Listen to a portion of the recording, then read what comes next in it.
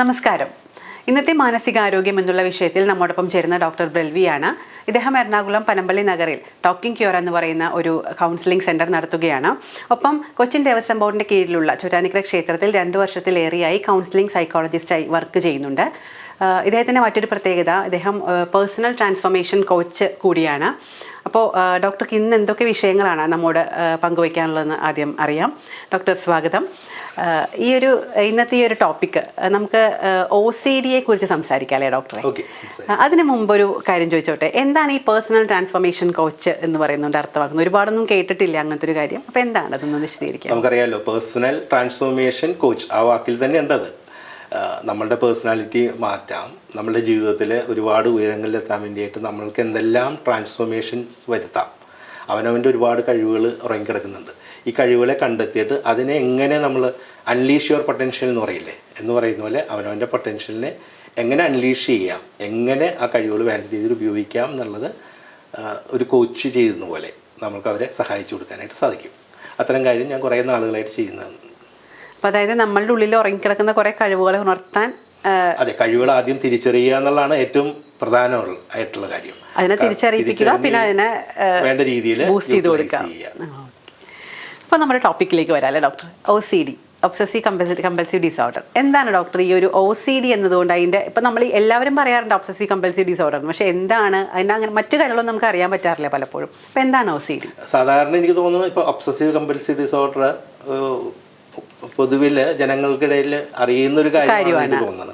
ആ വാക്കിൽ തന്നെയുണ്ട് ഒബ്സഷൻ, കമ്പൽഷൻ. അതൊരു ഡിസോർഡറായിട്ട് മാറുന്നു. ഒബ്സഷൻ എന്ന് പറയുന്നത് എന്താണ്? ഒരു കൂട്ടം ചിന്തകൾ ഇങ്ങനെ വന്നുകൊണ്ടേയിരിക്കും. നമുക്കറിയാം, നമ്മുടെ മനസ്സെന്ന് പറയുന്നതിൻ്റെ ഒരു പ്രത്യേകത തന്നെ എന്താണ്? എപ്പോഴും ചിന്തിച്ചുകൊണ്ടിരിക്കുകയാണ്.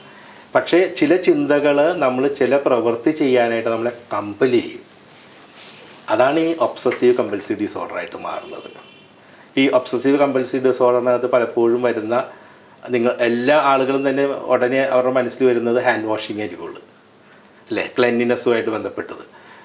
അവരുടെ കയ്യിൽ എന്തെങ്കിലും ഒരു അഴുക്ക് പറ്റിക്കഴിഞ്ഞാൽ അത് അണുക്കൾ എൻ്റെ ശരീരത്തിനകത്തേക്ക് മുഴുവനും സ്പ്രെഡ് ചെയ്യുന്ന, അസുഖം ഉണ്ടാക്കും എന്നുള്ളൊരു പേടി മുഖാന്തരം അവരെന്ത് ചെയ്യും? ആ ചിന്തകൾ ഇങ്ങനെ മനസ്സിന് ഇങ്ങനെ തുടർച്ചയായിട്ട് വരുമ്പോൾ അവർക്ക് എന്ത് ചെയ്യാതിരിക്കാൻ പറ്റില്ല? കഴുകാതിരിക്കാൻ പറ്റില്ല. അപ്പോൾ ആ ചിന്തകൾ ഉണ്ടാക്കുന്ന ആങ്സൈറ്റി, ആ ഉത്കണ്ഠ ഒഴിവാക്കാൻ വേണ്ടി അവർ ഈ പ്രവൃത്തി ചെയ്യണം. കൈ വാഷ് ചെയ്തുകൊണ്ടേയിരിക്കണം.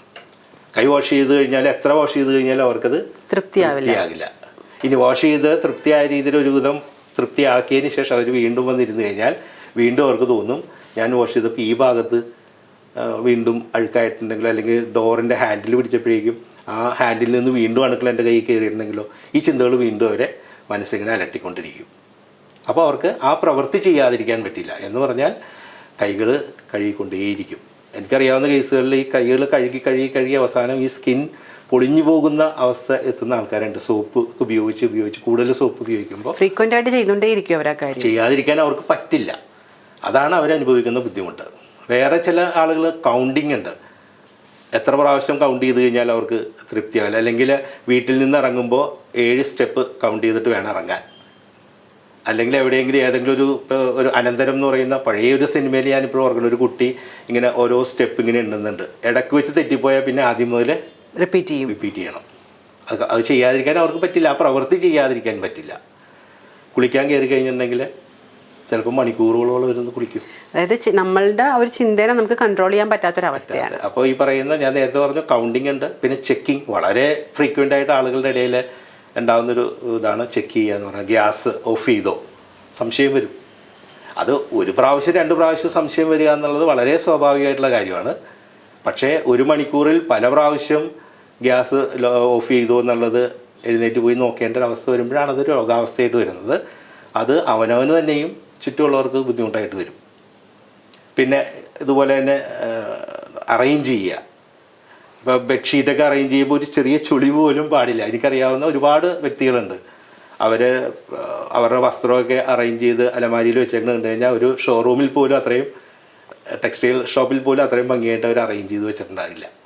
അതിലൊരു ചുളിവ് വന്നു കഴിഞ്ഞാൽ അവർക്ക് വല്ലാത്തൊരു, അവരായിരിക്കും ചില സാധനങ്ങൾ സ്ഥാനം മാറിയിരിക്കുമ്പോൾ ബഹളം വെക്കുന്നവർ.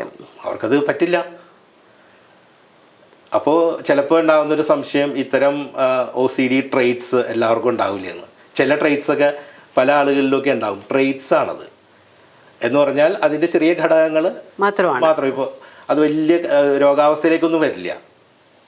ഇതിനെ നമ്മൾ വേറൊരു OCD റിച്വൽസ് എന്ന് പറയാറുണ്ട്. റിച്വൽസ് പോലെയാണ് അവർക്ക്, ഒരു അനുഷ്ഠാനം പോലെ വേണം. കുളിക്കാൻ കയറി കഴിഞ്ഞാൽ ഇത്ര മണിക്കൂർ കുളിക്കണം, ഇത്ര കപ്പ് വെള്ളം ഒഴിക്കണം. നമുക്കത് ഇമാജിൻ ചെയ്യാൻ പോലും പറ്റില്ല അവരനുഭവിക്കുന്ന ബുദ്ധിമുട്ട്. അത് ചെയ്തില്ലെങ്കിൽ അവർ സാറ്റിസ്ഫൈഡ് ആവില്ല. ആ ചിന്തകൾ അവരുടെ മനസ്സിൽ ഇങ്ങനെ വന്നുകൊണ്ടേയിരിക്കും. ആ പ്രവൃത്തി അവർക്ക് വീണ്ടും വീണ്ടും ചെയ്യേണ്ട ഒരു അവസ്ഥ വരും. Okay doctor. ഇതാണ് OCD എന്ന് പറയുന്നത്, ഒബ്സസീവ് കമ്പൽസീവ് ഡിസോർഡർ.